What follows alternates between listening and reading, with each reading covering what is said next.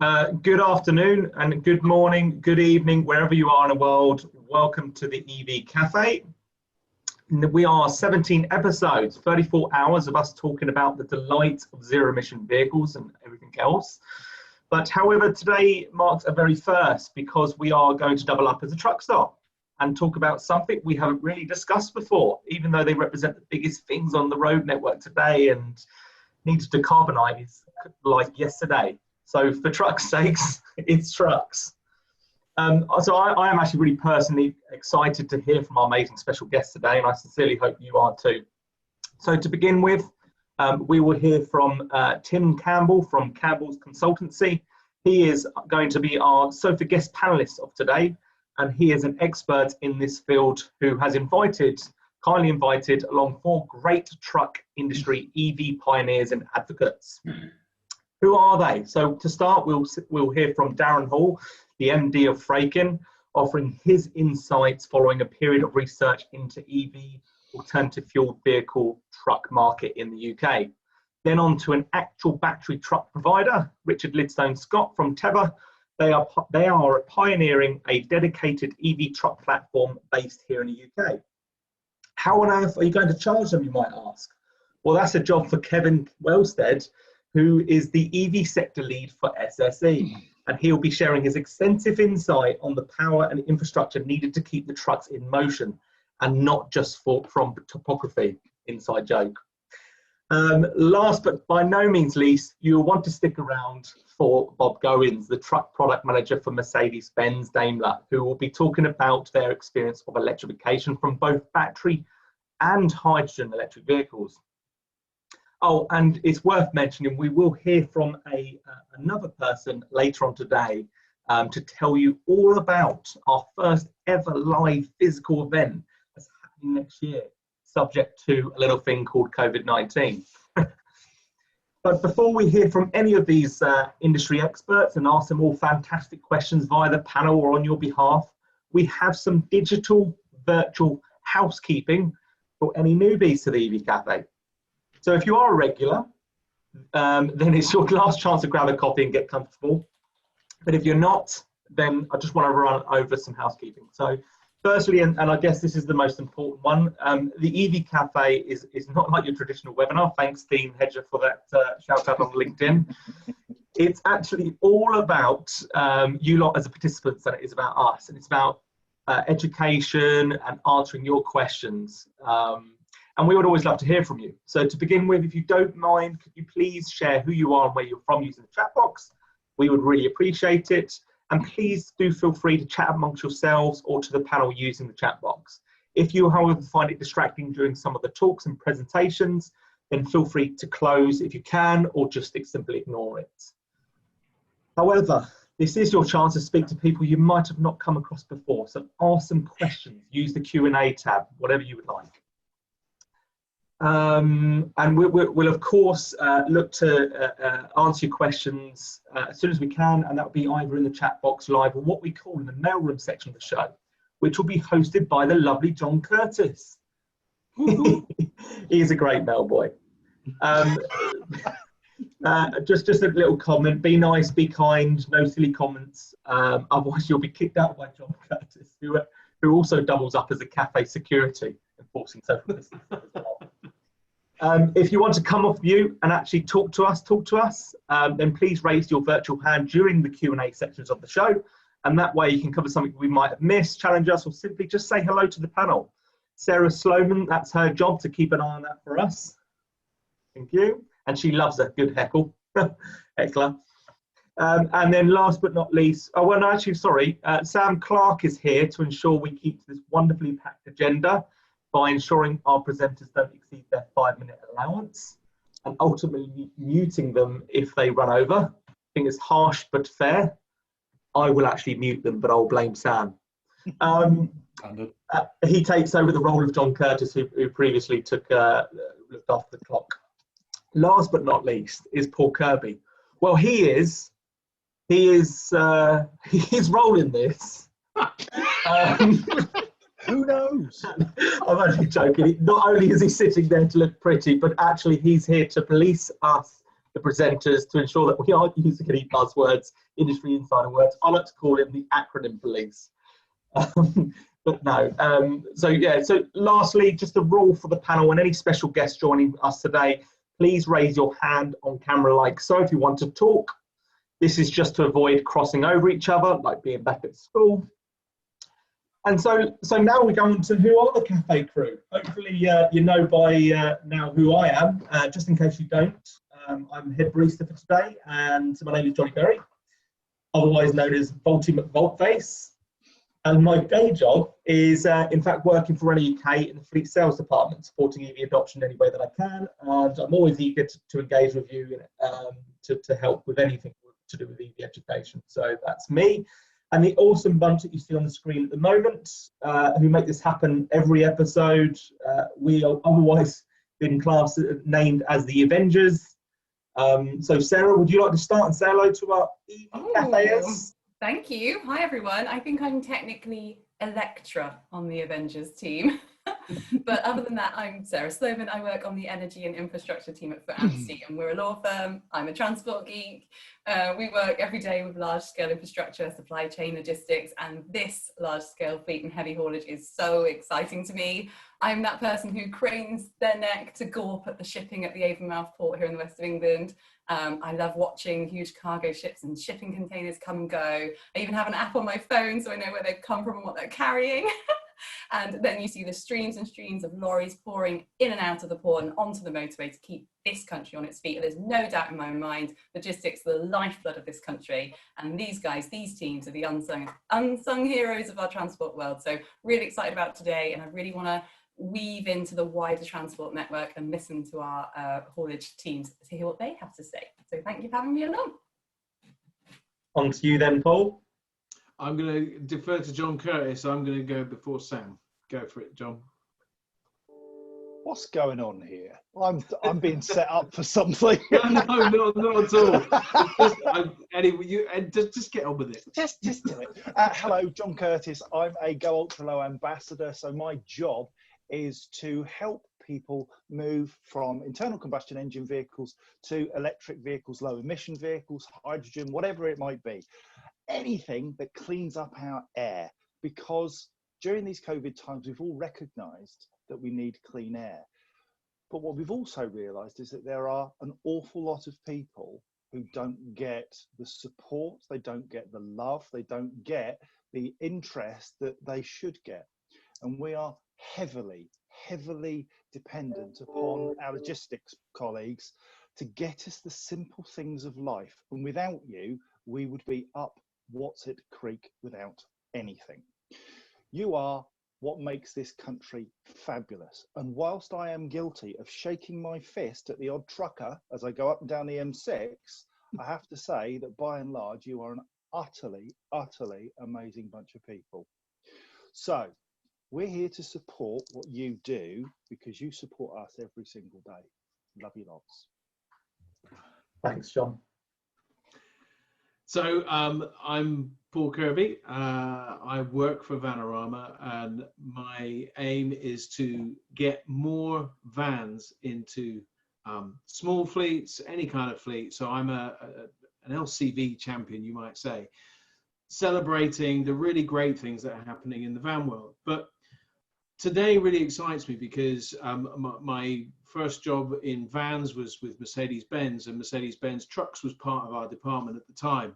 And, you know, the trucks on our roads in 2018, 2019 did 1.1 billion miles. That's right, 1.1 billion miles. That whilst trucks account for just over 1% of the vehicles on the road, they do account for 21% of the CO2 emissions and 17% of the greenhouse gases. So if we can make some inroads into electric, hydrogen, or any way of reducing that impact, that's great. And we've been really, I think, challenged with thinking about how this might happen. So to be able to celebrate today the green shoots of transformation and change towards electric and hydrogen and any other sort of method of propulsion is fantastic. So and the other thing I will just say is that within the truck industry, it's been recognized that the drivers predominantly are male, and it's mental health is one of the biggest killers of people, men under 45 years old. And Travis Perkins, a couple of years ago, did a really good campaign with the livery of their vehicles and turned them to Mind and all of that kind of stuff, really supporting mental health.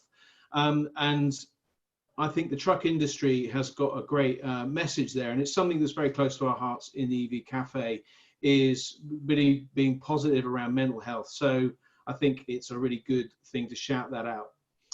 So, and I'm going to hand over to Sam.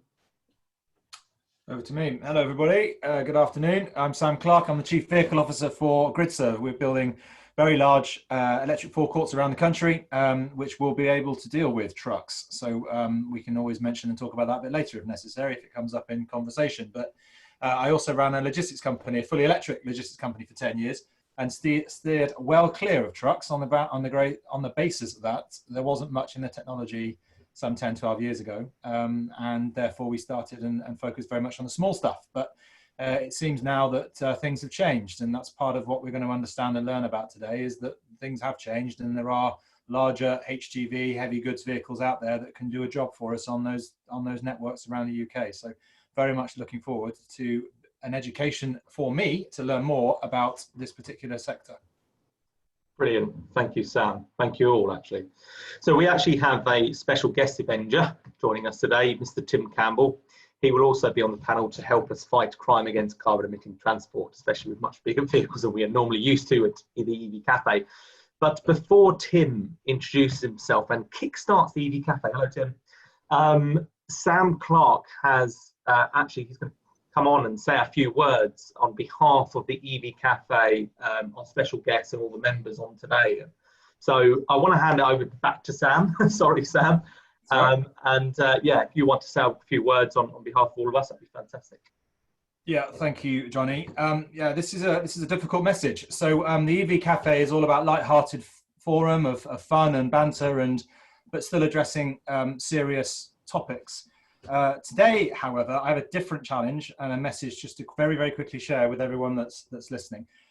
Yesterday afternoon, both Paul Kirby and I spotted something on LinkedIn, which both struck a chord with us. It was from Mark Cartwright at Highways England about a very special lady who on Saturday has a special day in store for her. I think the best way to articulate this is to read out his message that we both read. And it goes like this. We've been told about a lady with just a few weeks to live with terminal cancer. One of the items on her bucket list is to ride in an HGV. There is an HGV sorted along with qualified driver, and she's hoping to do the drive this Saturday on the M53, somewhere near Wirral, I believe, for a few junctions. Can anyone help out? Well, the last time I looked on this post, they had just a massive amount of comments and contributions and people offering to help. Now, us at the EV Cafe are not truckers, that's why we're here to learn like everybody else. But nonetheless, we've got this forum, and it just happens to be that it's Truck Week. So it felt only fitting that we gave a little message out to this lady. I now know that this lady's name is Jane Dabner. And in fact, I'm just going to change my background image. There she is. Jane, I also know that you'll be watching this because two of your very good friends, Margot and Heidi, have helped put this little message together. I also know you were recently arrested in Greater Manchester by your own request, which again will be one of the fulfillments of your bucket list ambitions. And that whilst fighting cancer, you're also working alongside Prevent Breast Cancer in Maggie's Manchester to help raise funds and awareness. So really, from all of us at the EV Cafe, we just wanted to say that you are clearly an inspiration to many. And even though we've never met, we shall be thinking of you on Saturday morning in your HGV, driven by your friend Heidi. And lastly, keep fighting and keep trucking. Brilliant. Thanks, Sam. My pleasure. Right. So actually, Sam, it's now time for our first guest speaker, who happens to be our guest panelist of this week. And it's now time to get your stopwatch out and kick him off. So. Yeah. Okay. So here we go. So we're going to have a little bit more order with the clock now. Now that I've got the handle of this damn thing, So actually, just before you start, sorry, Sam. In the meantime, I'm going to ask the audience that they can come up with his Avenger name, and also to keep an eye on the fake news poll that I'm going to launch in just a moment. So a bit light-hearted fun to kick off the session. All right. Sorry. Okay, Tim, your time will shortly start. This is the 1 minute warning. Okay, This will be the end. Thank you very much indeed. Cheers, Sam. Oh, your time starts now. Thank you. Afternoon, everybody. I hope you're enjoying it so far. I certainly am. Welcome to the Truck Week. That's the important thing in the EV Café truck. So we brought together quite a few friends, people that I know that will give us a good view from a couple of manufacturers, from infrastructure, from the contract hire side, saying that how we're adapting to this. And so what I want to do is just give you a little bit, first of all, flavour, maybe of people who don't know who I am, which obviously we're an independent consultancy company working in the UK, but give you an idea of the sort of things that we're involved in. 35 years in the commercial vehicle industry. I've obviously lived in the UK, but I had a home in the US for 17 years. So I've gone to see the US side of things. I've worked for 2 manufacturers. I run trucks for a living, and I own the biggest research company in Europe for commercial vehicles. But in the last 5 or 6 years, I've started going around the world looking at electric vehicles. If people think that the UK is the centre of the universe as far as electric and hydrogen fuel cells going, you're kidding yourself. And to get a full picture, you've got to go around the world, see what's happening in China, what's happening in India, what's happening in the US, in Australia. Australia's doing great. Greg McGarvey at Ace, you've got Tony Fairweather at C Electric. They're doing really well. So to get a full view as an independent consultant to fleets, and which is what we get involved with, is to give the whole view of the industry. So that's been, and I give speeches all over the world. You've seen it over there, Indianapolis, Pune, India, Dubai, everywhere, sort of all on the commercial vehicle, on the truck side. So all I've done is trucks and vans all my life and getting involved with that. So the consultancy company, just without going into it too much, and I know I've got a couple of minutes on that side. So we're looking at electric and hydrogen fuel cell, but also what I've done is also gone on the other side. I've got certificates in electric vehicles, renewable energy management and finance, also energy storage. So I can connect the two together. And if you go on the website, you'll have a little bit of fun. There's a quiz there.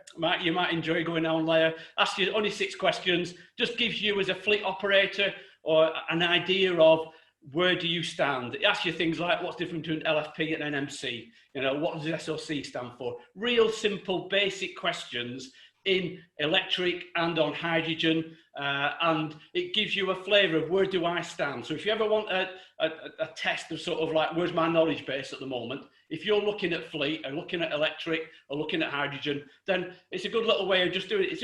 It's for fun, and that's the important thing. It's only 6 questions, but it gives you an idea of where would you stand on that side. And on the other side, we've also got a little bit of the consultant side. What would you look for in a consultant? For instance, where we use the senior consultants for the national grid on the venture side on commercial vehicles, looking at the strategy, working with a great guy of mine, a great friend of mine, Chris Broom, who's started Green Jam now. And so our job for the national grid on the venture side was to look at strategy. What's happening with electric? How do we get into it? So again, just giving you flavors of where to go. So we stand in between the manufacturers and also the infrastructure companies and give you independent advice to give you, hey, this is what's going on in the world. This vehicle, for instance, I was driving a vehicle in the US recently, and that vehicle will be coming across here. Now, not many people know about it. And if you look at driving trucks, I've just been trying to count up. I think I've driven 18 electric van and trucks in already. Some of them, many of them are not even here in the UK, but will be coming to it. So that knowledge base is important. And last but not least, just to give you an idea, what we use is a thing called CliMore, which looks at cost, location, infrastructure, market, operation and range. So literally what we do is look at trucks, take it, yes, I have got HGV, so yes, not only can I drive them, but it's practical things that will make them happen. If you've got a truck, you've got a 300 kilowatt, 400 kilowatt hour battery, and you put 10 or 20 of those together, first of all, it's going to be quite interesting as to how you power them. Secondly, the batteries on wheels, you can use them. They can become a revenue stream. They're not just a cost center, but a revenue stream. And looking at the total lot, how do we use it? How do you use V2G? How do you use bi-directional? Can the batteries do bi-directional? These are sort of things, because again, you need to know one of the things, and driven them. I mean, recently for Andy, and I know Graham's on here, I just drove the NOD range, the ZE that's going along there. Brilliant piece of kit. They've done some deals with Warburton, Think and Suez, and I've driven the Mercedes, the E-Cascadia, which you saw, the Actros, looking at that sort of vehicle. Every manufacturer, MAN, Scania, I don't want to leave them all out. Other truck manufacturers are available. They're all coming on song now, and more importantly, it's a great time to be involved. And I've not even talked about the disruptors, the Nicolas, the Changes, the Tevvas, the Volts. It's brilliant, and it's a great time to be involved, but it's confusing. And my job is to just get rid of that confusion and put the glasses on and see a bit more of 2020 vision of what's going on. And that's it, really. So, and I've got some good guys and girls that are going to help you on the 4 presenters here, and hopefully you'll enjoy it. That's the important thing. But also, please, open minds. That's the important thing. It's a great time to be involved in the road transport industry. Fantastic. I've signed more NDAs in the last 12 months than I've signed in 12 years. That tells you what it's like. Thanks, Sam. I'll leave it to you. Great timing, Tim. So yeah, thanks for that, Tim. Great to have such an expert on the panel today. So as you can see, fake news poll results are in. 56% of you say you didn't visit Wuhan. Is this true, Tim? Or if not, what is the place you didn't actually visit? No, I was in Wuhan. Yeah, I was in Wuhan in November at the Chinese show. So looking at internally what China do, they have it all the time. They're in Dongfeng base there. And again, it gives me an idea of what China's doing internally. It's their own internal truck show. So it's a great thing. But yes, I did go to Wuhan. And yes, I did come back with a cough. So, yeah, and I didn't go to Delhi. I went to Pune. So that gives you an idea. So Delhi was the right answer. Excellent. Thank you very much. So now it's time to hear from Darren Hall, the MD of FRAIKIN. He's going to offer his insights following a period of research into EVs, alternative fuel, that kind of thing in the UK. So, so Sam, if you can get your clock back out and ensure that he sticks within his 5 minutes. Yeah. And after 5 minutes, we will go straight over to John in the mailroom to answer your questions that are coming in. So keep them coming. Keep them coming. Good. All right, Darren, your time starts now. Good. Okay, so afternoon, everyone. I'm Darren Hall, the Managing Director for FRAIKIN UK. FRAIKIN are Europe's #1 long-term truck rental business, and we manage a fleet of over 60,000 vehicles across Europe. Thanks to John and the team for inviting me, so I think this is a pleasure. Before I start, a disclaimer, I'm definitely not an expert on electric vehicles in the UK, so I'm the opposite end of the spectrum to Tim. But I've spent the last kind of 3 or 4 months going through a very steep learning curve, trying to find out about electric vehicles in the UK. I've spent the last 5 years outside the UK and I'm back now. So I've had many, many conversations with people in the automotive sector, the energy sector, customers, users. And so today I'm going to share with you my initial raw observations. I'm keen to promote debate and very keen to get feedback on my observations. So I think the first is around the automotive sector. What's become apparent to me is that the European truck manufacturers are not pushing the agenda very hard on electric vehicles. The cost of the vehicles are still high in relative terms to conventional vehicles. There doesn't appear to be much support with respect to residual values and guaranteed buybacks, which makes it difficult to finance the vehicle and justify it. And equally, the major manufacturers don't have a clear financing product to help support the switch to EV vehicles. And I've not come across a clear total cost of ownership model that can convince me between a conventional vehicle and EV. The Asian brands appear to be much more progressive and active. Clearly, Asia is the base of battery technology development. And at the moment, Europe is a pretty locked up market because of Euro 6. But as soon as that drops, I think the European market will be very open for the Asian brands. Talking to people within the energy sector, there's a myth the grid can't cope. I think the energy sector is clear. The grid can cope. It just requires careful management. And also the people in the energy sector feel the automotive sector simply does not understand energy. There's two different languages being spoken. One is cost per kilometre and one is cost per kilowatt. Team Campbell being a great example. There's the emergence of many consultants in this sector being driven by the need for energy roadmaps and strategies for organisations. And also you've got the emergence of non-automotive EV truck manufacturers trying to fill that void at the moment. One that stands out for me is Arrival in Banbury, which if they're very successful could be a much needed disruptor to the automotive sector. From my conversations with customers, they are somewhat confused. They're all asking for help and guidance, and all of them want a roadmap that's suited to their business needs. And they're looking for a single fleet solution that covers the vehicle, the charging station, grid upgrades, and an optimal energy package behind that, which kind of gives me and the FRAIKIN team a real challenge. So what are we trying to do about that? Well, first of all, we're evaluating all of the technology options that are available in the market and trying to provide guidance on which truck or which product suits which sectors and application. We're also working on customer-specific total cost of ownership models. So we're bringing together the two languages of a cost per kilometre and cost per kilowatt. And we want FRAIKIN to be a single solution for a customer. So basically providing the vehicle and the charging station as one complete CapEx package that's financed and then rolled into a monthly rental kind of 5 to 7 year agreement, with FRAIKIN being the single service provider for ongoing maintenance and repair. And to do that, then obviously FRAIKIN needs to adapt its traditional M&R service network to meet the EV demand. So that's a very quick snapshot for me. But I think the one real takeaway for me was that I think, and this is the same for most organizations, the way forward is to seek collaborative partners, is to work with lots of partners and experts, and together that should accelerate the change. If we try and do things individually or wait for the European manufacturers, I just think it will be too slow. So I think collaborate to accelerate. Thank you. Oh, well in time. Thank you very much, Darren. Thank you. So over to you, John. We've got some questions in the mail room.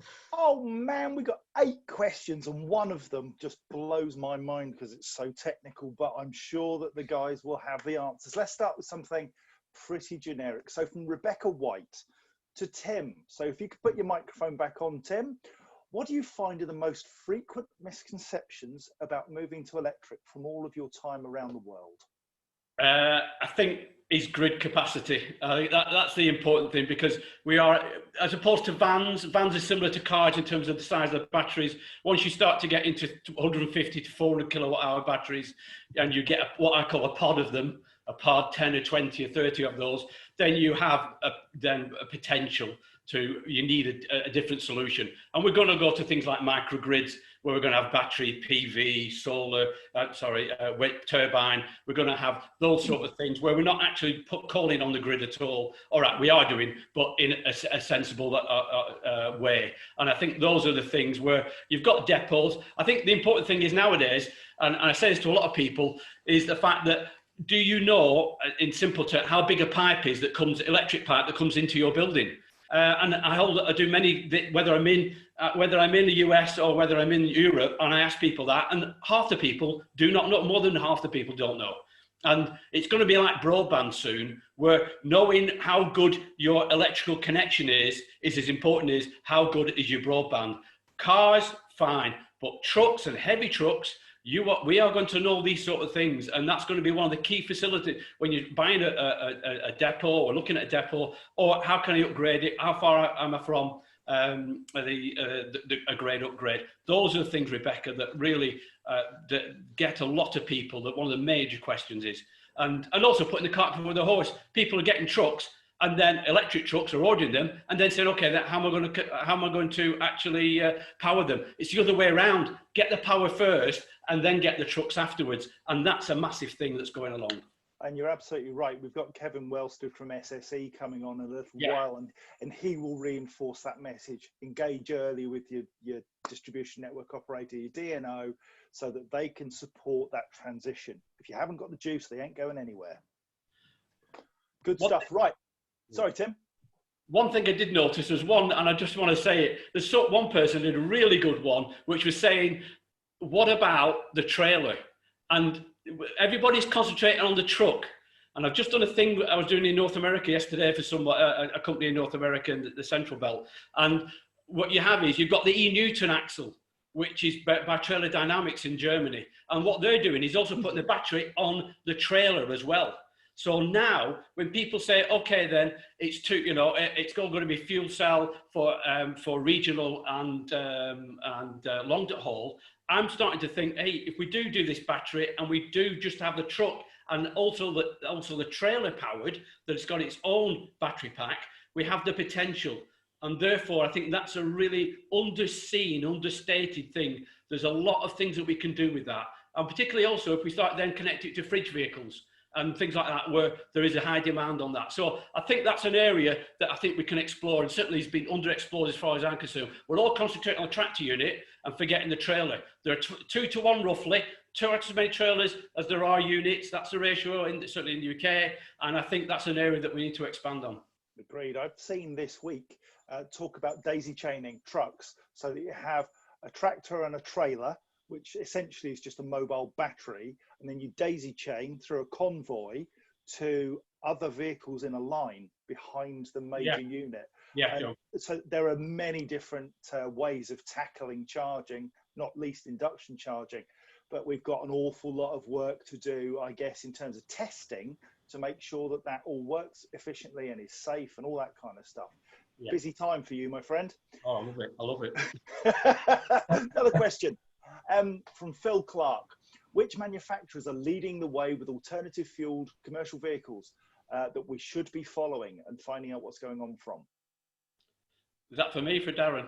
Go on, well, Tim, if I give my answer quickly, Tim, I mean, the one I've been most impressed with, and I'm not taking any bribes for this, has been Renault. Renault have been active in inviting me to actually go out, and then their HGV unit and the LCV, they're bringing people together, start talking. So I would say the one I'm most impressed with in my short time back in the UK has been Renault. Seeing a lot. I also think our next guest speaker will have something to say about that as well.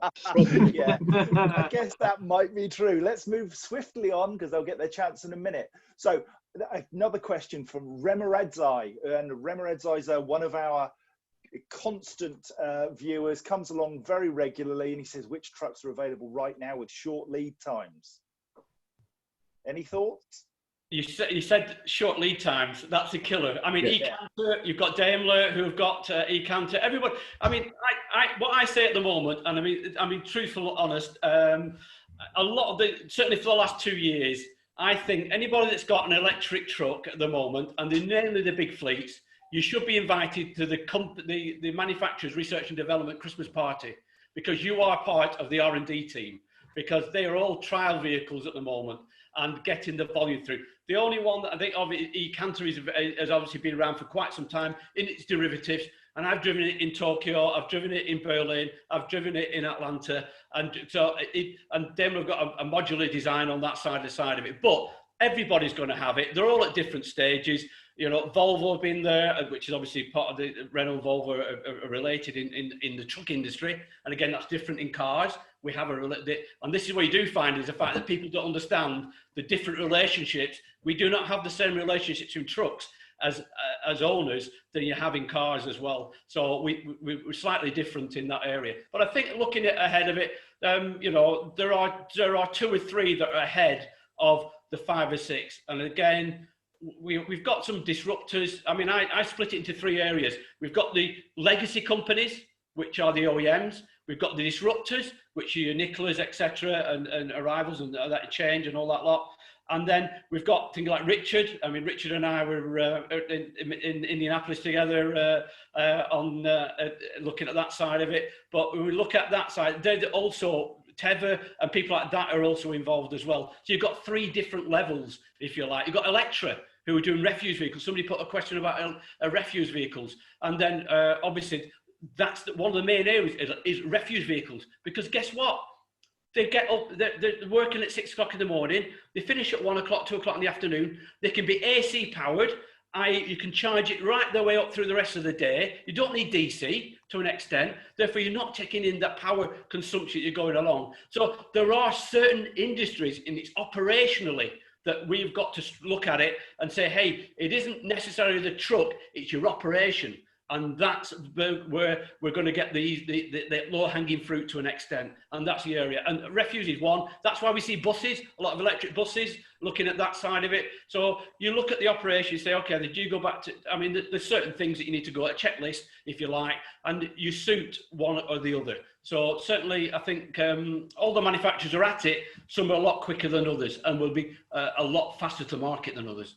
I think it's really key, and what's coming across loud and clear from both Darren and Tim is how important working together is to keep up to date with what's happening, what operationally works, so that we can all move at the best speed possible to get this change in place. JB, how long have I got for more questions? You're done for the time being, John, I'm afraid. So get back to the sorting office. Wow. Tim, fantastic to have you on the EV Cafe, and I think you'll be our resident truck expert, definitely. So we will come back, John, for in about approximately 5 minutes for more questions. But now it's time for Sam to get his clock out again, as it's now time for our next guest speaker, as you can see on the screen. So it's Richard Lidstone-Scott from Tevva, who are pioneering a dedicated EV truck platform based here in the UK. So over to you, Sam, to kick him off. Kickstart. Yeah. You're on mute, by the way. So, there we go. Your time starts now. Right, well, thank you very much. Hello, everybody. I knew the answer wasn't Indianapolis for where Tim hadn't been, because I was out there with him. We took a ride up to the speedway, and I'm thinking, why are we going to just some random speedway? Then I realised we're going to the Indianapolis 500 speedway, which is quite special. But anyway, right, as it says on the slide, I'm the commercial director for Tevva Motors, and we build electric trucks. I was supposed to be joined by my sales and marketing director, but he's buggered off to have lunch with the people that own the potential factory that we are actually looking at the moment, and where I am currently hiding in one of the offices. So in short, we build electric and electric range extended trucks in the 7.5 to 19 ton weight range. And the slightly longer version of that description starts here. I can swap slides. So, what we're not, first of all. So, we've been at this for about 6 years now. Any of you that are linked in with me will see that my 6-year anniversary at Tevva Motors happened yesterday. We're also not worth $1 billion yet. We're working on it. But on the flip side, we also don't claim that we have stuff that we don't. And every truck that we've ever shown has always driven somewhere. And we're not an established OEM. We don't have the ties to the incumbent Euro 6 and legacy diesel engines that current OEMs have. So we can look at things afresh. And most importantly, we're not eye-wateringly expensive. We're trying to build a truck that does have a justifiable and a realistic total cost of ownership. That brings me to what we are. So we are grounded. We're not trying to build a brand new truck from the wheels up with a space-aged cab. We are realistic. A lot of you will recognize that truck. So yes, we are looking at using third-party cabs and chassis. We are not specialists in building, trucks from the ground up. We also don't have $500 million to tool up a brand new cabin that looks wonderful. But what we do want to be able to do is provide a vehicle that fleet operators can adopt with minimum fuss, where spares are easily available. If you take the front corner off, it doesn't matter. There's a dealership around the corner. Windscreens aren't on a 6-month lead time. The aim is to become mainstream. We don't want to be an electric truck. We just want to be a truck. We want to be cost effective, because there's no point selling 1, 2, 3, 4 unicorn vehicles because they don't make an impact. We're battery electric at the core, so all of our trucks are driven electrically, but we also have range extenders. Currently, we have a diesel engine as a range extender, but we'll also be moving to hydrogen. The work I spent the last 3 months during the lockdown doing with the Department for Transport, looking at their decarbonisation planning, shows that gas in the UK isn't going to be an ongoing solution, especially when it comes to hybridising trucks. So our first 12-tonne vehicles are with bodybuilders now, and our next generation of vehicles are due for launch in September 2021.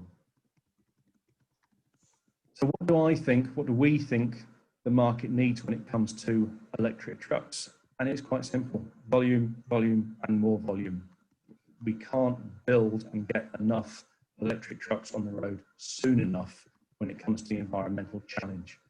And the advantage of aiming for volume is quite clear. It drives costs out of my supply chain and everyone else's supply chain that's trying to build these things, and it reduces the total capex costs to the end user, which means there is a TCO that makes sense over a shorter and shorter time period. On top of this, the real aim is to help the environment. So if we can get trucks onto the road by the 1,000, we have a significant impact on CO2 and we have a significant impact on air quality.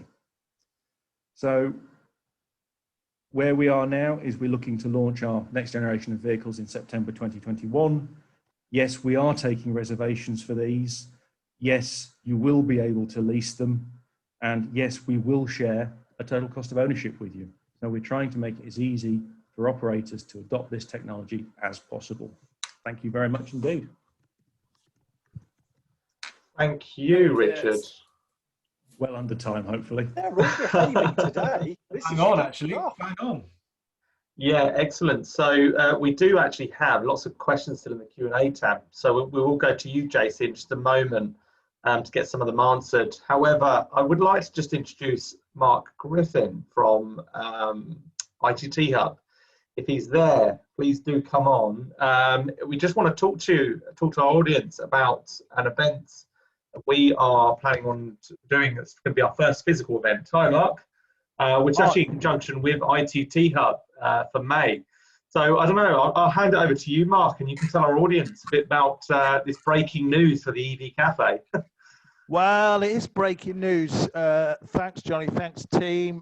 People out there may know that we've launched a fantastic new event, ITT Hub, taking place in Farnborough. I share many of the sentiments that have been talked about today. Tim said that this is the most exciting period in transport development. In 25 years of running trade shows, I've never been more excited than what we have in store for next year. We have pressed the pause button from last May. We all know why. It's now next May.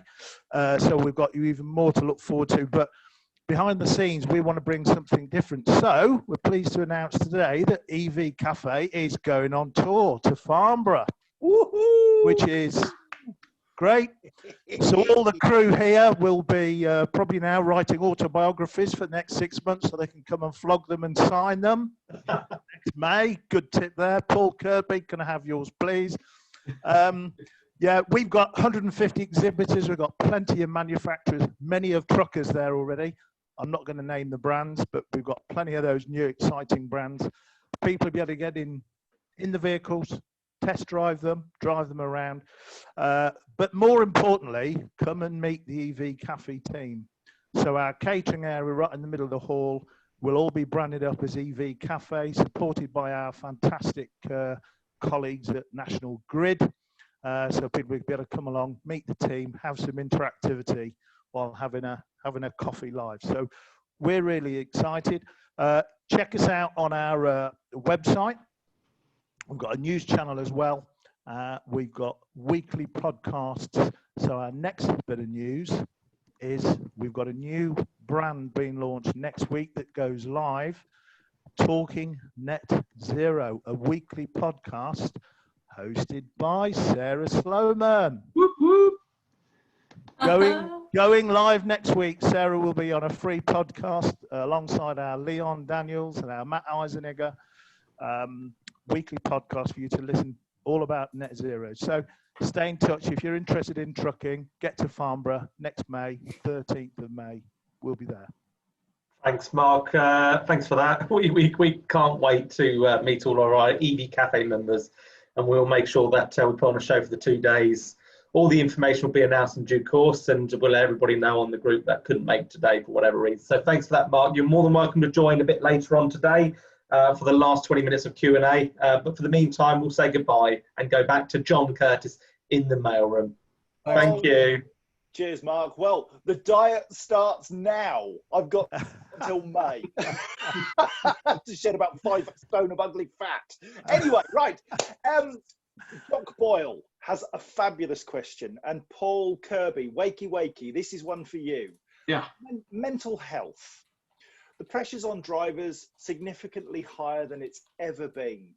And that's with all the new technologies to improve safety, fuel economy, telematics, increasing the cognitive load.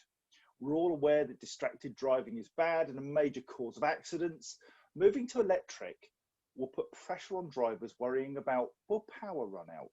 Where will they top up? What if there's a delay, an accident? Have drivers been considered? Mental health is one of our big things, Paul. My instinctive feeling is that drivers are always considered. Otherwise, they wouldn't be embracing the technology. Do tell. What do you think? What's your perspective on it? Well, I'd be interested to Richard's view on they've been effectively building a new truck from the ground up. But in my view, at the moment, when we think about the building of the vehicles and doing all of that kind of stuff, I'm not sure that the driver is absolutely front and center. I know that the trucks are being made easier to get the direct vision regulations in terms of being able to see out the doors and all those kinds of stuff. But moving to electric inherently deals with some of those issues by being able to design from the ground up to deal with the direct vision standards, but also there is much more confidence, I think, when you're driving an electric vehicle. They are smoother, easier to exit onto the main roads, come off roundabouts and all those kinds of things, because they don't have the same kind of lag that might come with a diesel engine. So statistically, it is less stressful to drive an electric vehicle. That has been proven by a number of studies. I know from my own driving, I drive less stressed than I do when I'm driving a typical engine. So I think whilst drivers may not be center of all of the development, but Richard maybe tell me I'm wrong, but they might not be center of all the development, I can assure Jock that drivers will benefit from a better experience driving electric, and it will be ultimately, statistics say that there accidents are about 25% less in electric vehicles generally. So that's all got to be a good thing. The range thing will be dealt with. And I believe, certainly people on specific trucks are generally on a very specific route oftentimes, and the mileage is known. So I don't think range will be an issue as long as it's planned in advance. That's my view. Richard, I don't know how you've built your trucks. So from my point of view, quite clearly, the drivers to ignore. If I can't get the drivers to engage with my vehicles, then the fleets will not adopt them. And I can't, being a newish company at the start of the journey, I can't jeopardize future sales by giving drivers a bad experience. So we aim to make it as easy for them as possible. The example I will give, bearing in mind I've driven an original UPS Mercedes Vario based 7.5-ton delivery truck, and at 500,000 miles, they're horrible. I mean, they're genuinely horrible to drive. Your typical UPS driver is doing upwards of 1,000 gear shifts a day in a gearbox that says, I might be in first or I might be in third, which isn't a lot of fun when you're halfway across a roundabout. Think to the electric versions that we've delivered to UPS, there's no gear shifts. You've got a fast pedal and you've got a stop pedal. And if you use your regen braking properly, you don't really need to use the stop pedal. And it just makes life effectively waft-matic. So yeah, we do think about the drivers a lot. Waft-matic. You heard it here first. I like that. I'm going to move on because I want to get as many of these questions answered as I can. So thank you for that. Let's go with Dean Hedger from the AA. And he's asking, do the panel have any insight into what happens next for electric commercial vehicles to have towing capacity? We've actually got Bob that would like to answer that, actually. I can see. Bob, would you like to come on and give your answer for that? I know you're a little bit early, but... Sorry, it's only because it seems to fit in neatly with what we're doing with what's coming on stream very quickly. We don't just throw this together, you know. This is planned, mate. It's almost like a question you planted. Unfortunately, that wasn't one I planted. The only thing you really need to make your electric vehicle capable of towing is for it to be designed to do so. There's nothing to stop. If you've built it as a drawbar rigid, your 19-ton vehicle can run at 36 or 40 tons, as Hyundai are doing in Switzerland as we speak. Their drawbar vehicles from the word go. The same with ours. If you specify one to tow a trailer, it will tow a trailer. Exactly the same as with a diesel truck. Excellent. Well, thank you very much. Dean Campbell asks, when will trucks see the same range, so electric trucks see the same range as combustion engine trucks? I think the thing with that is the trade-off between payload, isn't it? But I'll let Tim's better positioned to answer that. Tim, we can't hear you. Tim, you're on mute. Oh no! Sorry, guys. Yeah, I think it depends what your definition of battery, because a fuel cell is a battery ultimately, and so I think we're going to get that trade-off pretty soon. We're within that. I mean, it will be fuel cell. I mean, Bob said about the Hyundais in Switzerland. They're working now, actually working as fuel cells as well, and it's quite an interesting project. And I think we're within that time frame. I know Richard, obviously, he's got a little bit to say about that, but we're at the point where we can operate. I mean, if you look at the EU, over 40%, nearly 50% of 2018 was less than 199 miles. So again, if you look at the work there, again, dedicated. So and we've already got vehicles that can do 200 miles on batteries. So again, I think we've got that. We're there. We're at this moment. It's a cost thing. It's everything. It's like Richard said. It's economies of scale. At the moment, the volume's not there. Therefore, you cannot. They are one-offs, individuals to an extent. But this is where we're rolling into it, and that's with the volumes. We're always having a difference. Obviously, you can get range extenders. You can get hybrids. Manufacturers using hybrids. Guess why? Because they've got a lot of diesel connections, and they've got that they have to write off over the next 5 to 10 years. And as we move, the big question to ask is it zero emission or is it low emission? We're going zero emission. Low emission is transition. And I know people say it's zero emission, Tim. You know, it's never zero emission. I'm talking what people talk tailpipe. I call B2B, bumper to bumper, zero emission. And I think, yeah, we're already there, virtually there. And I think after that, when we get into the 400, the 500 miles, we'll be into the fuel cell side of it. And that's developing faster than I thought. And we won't have to roll it down the hill to do it. Inside joke again. I guess it just... Sorry, can I just say one thing to that, John? I guess it comes down to... Sorry, I can't say over John again. I guess it's down to horses for courses as well, because you don't necessarily need to have the same range as what a diesel can do if you are operating in and out of a city, you know. And as we know, not just on the whole carbon side, but the air quality in a city as well. So that's why I like what Volta are offering, you know, that solution, albeit, you know, 150 miles. And I appreciate what you said, Richard, there, but you know, they're targeting a particular customer. You know, so again, always down to horses for courses. Sorry, John, back to you. Not at all, my sweet. I just wanted to make sure I had enough time because I've got one more question, which I think actually is two questions. There's one from Willem Bartman, who wants to know about retrofitting and whether we can retrofit existing trucks. And Tony Johnson asks a similar question. What are the risks of truck conversions? Hit me, people. Who's going first? Richard, your hand was up. Really expensive. It's really expensive. Been there, done that. It's hard work. Unless you buy of the OEM, it's nigh on impossible, especially with modern vehicles, because you have to integrate with all of the modern safety systems. For example, the lane departure warning, the emergency brake system.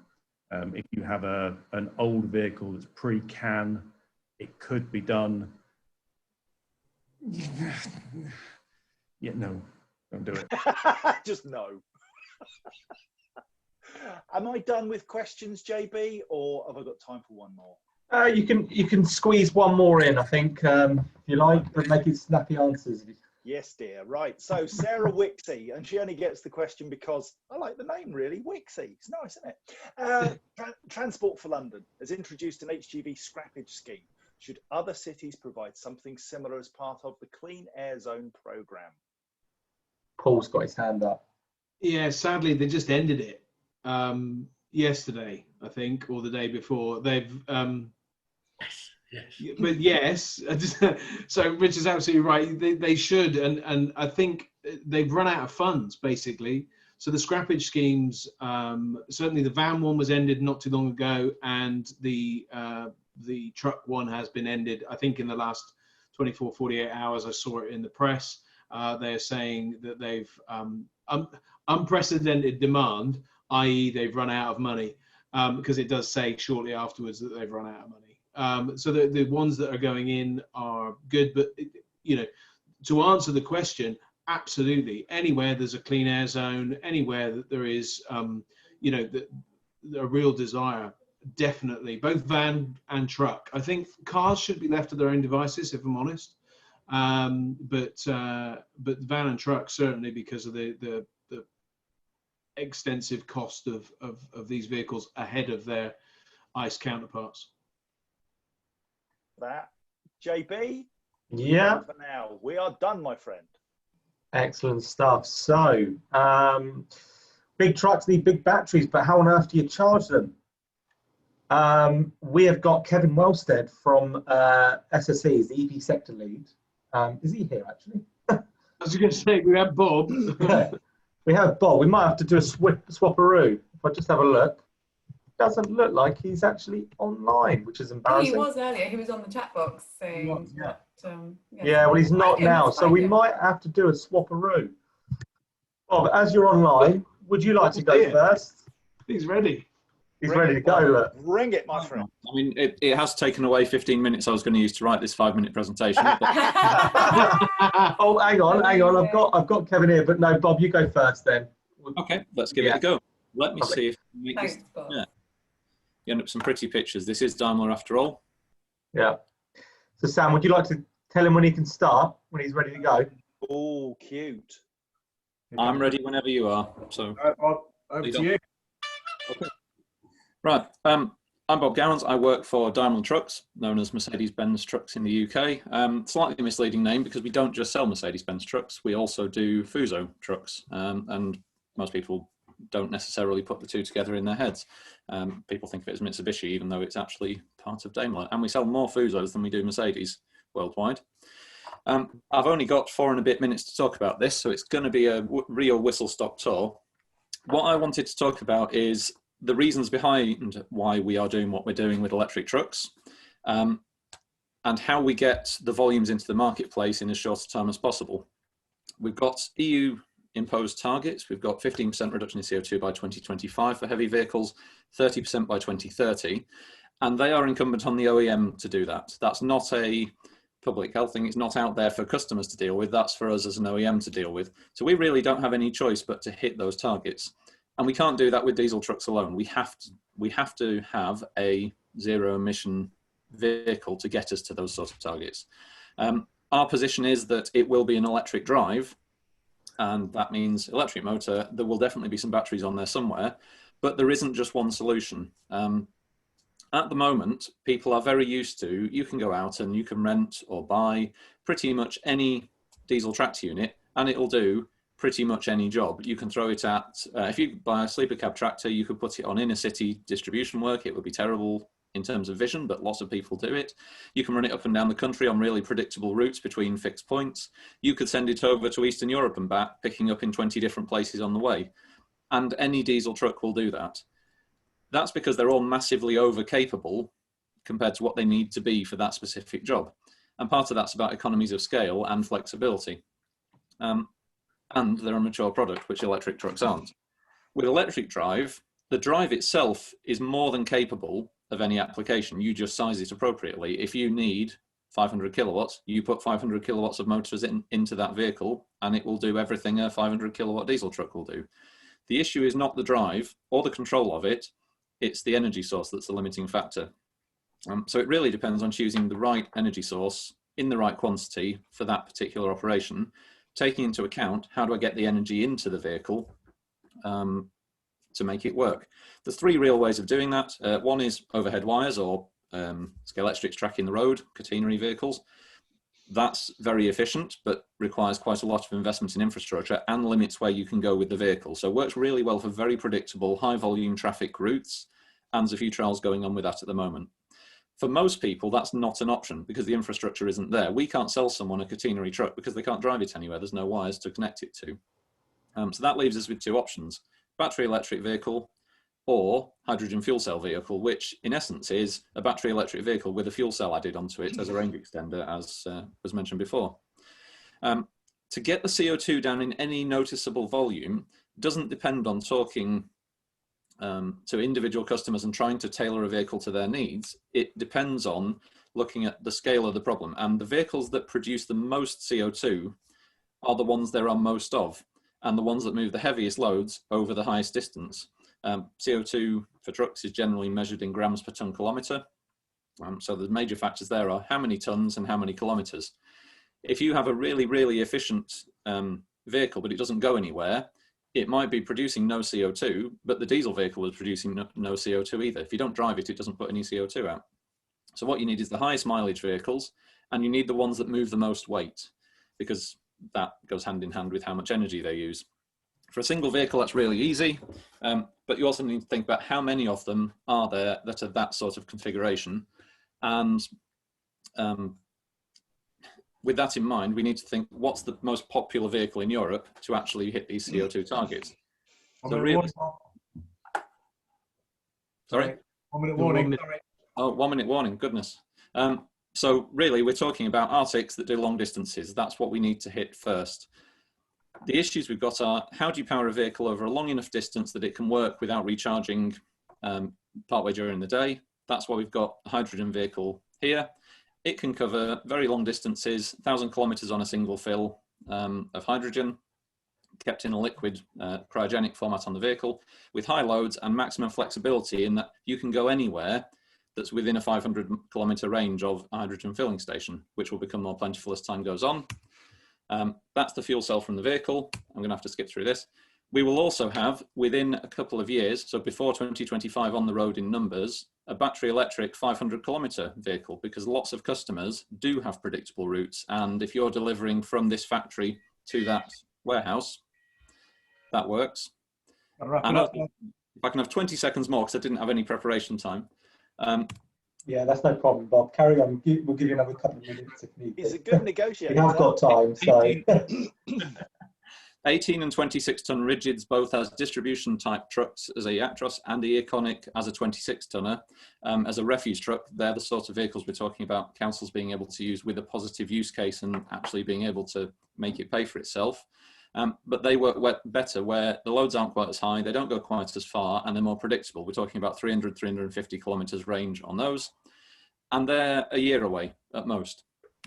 But realistically, if you want one today, we have these in numbers. That's a field full of them that are going to one customer.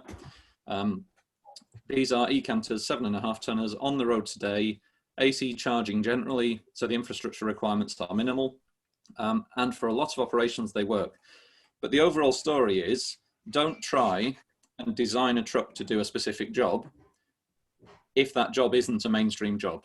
You need to match the vehicle, match the capability of the vehicles you have to the operation it's going to need to go into. To reduce the CO2 in the biggest possible way, that means long distance heavy vehicles. To do it as quickly as possible, it means using the technology we've got today with the most positive use cases possible. And that means using a 7.5 tonner we have available as we speak, and using rigid vehicles that have the secondary benefits of air quality over and above the CO2 saving. One question that was asked before in the Q&A thing was about why will HVO make a big difference to manufacturers adopting electric vehicles? And I guess the answer to that from our side is it can make a big CO2 saving, but from our point of view, it doesn't help us achieve our targets. It's not part of the measurement mechanism for did we hit a CO2 reduction target or not. If it did, then there's no reason we'd need to do electric vehicles. From a purely financial keeping yourself alive point of view, it would then be purely down to customer demand. But in essence, electric vehicles have been legally mandated in Europe, and we have to do it. We just need to do it in the best possible way to make it work for our customers. Thank you very much, Bob. Oh, we see Kevin. Kevin is live. Hello, Kevin. We'll have you on in about 10 minutes. We're just going to give John the task to answer some more questions. Ask more questions. So over to you, John. Thank you kindly, sir. Right, we've got a very wonderful man here, Ramy Rogers. Now, Ramy is the Wrigloo man. Wrigloo, if you don't know what it is, go find out. It's an emergency shelter for vehicles so that it keeps you safe on the hard shoulder and other side of the barriers in dreadful weather and stuff. Fabulous. Anyway, Ramy asks, do we have any evidence of an increase in HGV breakdowns due to pushing the batteries to the max? Or is there a system in place to nullify this? Tim, any thoughts from your worldly travels?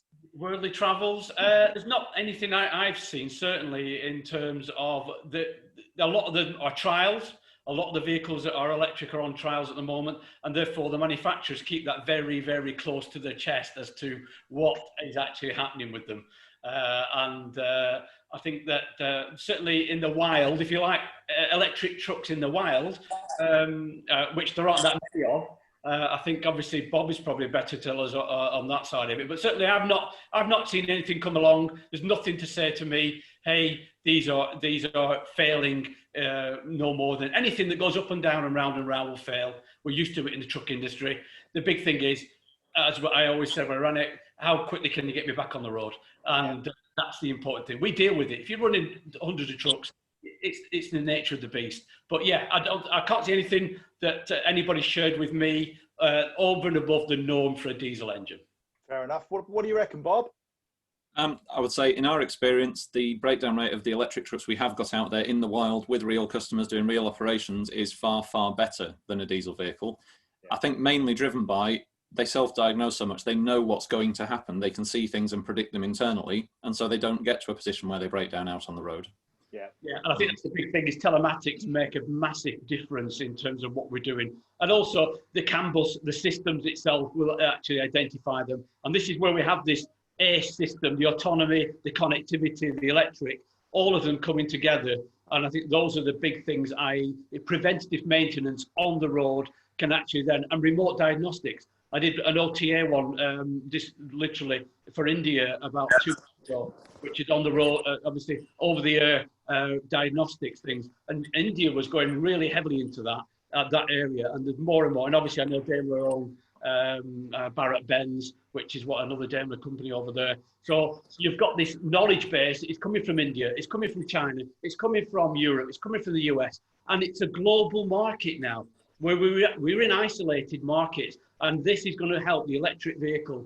And also, it's going to open up the world. Because don't forget, Euro emissions and EPAs stopped other regional players getting into the market. Electric vehicles are zero emission. And that means there are no more Euros, no more EPAs. And that's going to be an interesting conundrum over the next 10 to 15 years. One thing, go on, Bob. I was going to say, one thing I do wonder is that part of the reason why Australia is so far ahead with this, why there are so many players out there, because they're the one weird market around the world where every continent's OEMs have to play a part.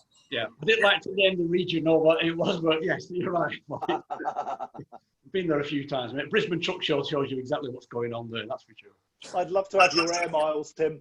Right, Paul Kirby, stand by your bed, sir. We've got a question about Category B derogation and what the current status is of AFV 4.25 tonnes Category B derogation. What's the rules at the moment? Right. So, I mean, Tim will also know the answer to this, but this is where vans at 3.5 tons are being allowed to step into the realm of officially heavy goods vehicles, but they're only 4.25.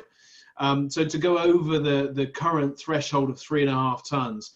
So this is to allow battery electric vehicles to have extra weight available to them to mitigate the loss of payload of the batteries, you know, the batteries being much heavier.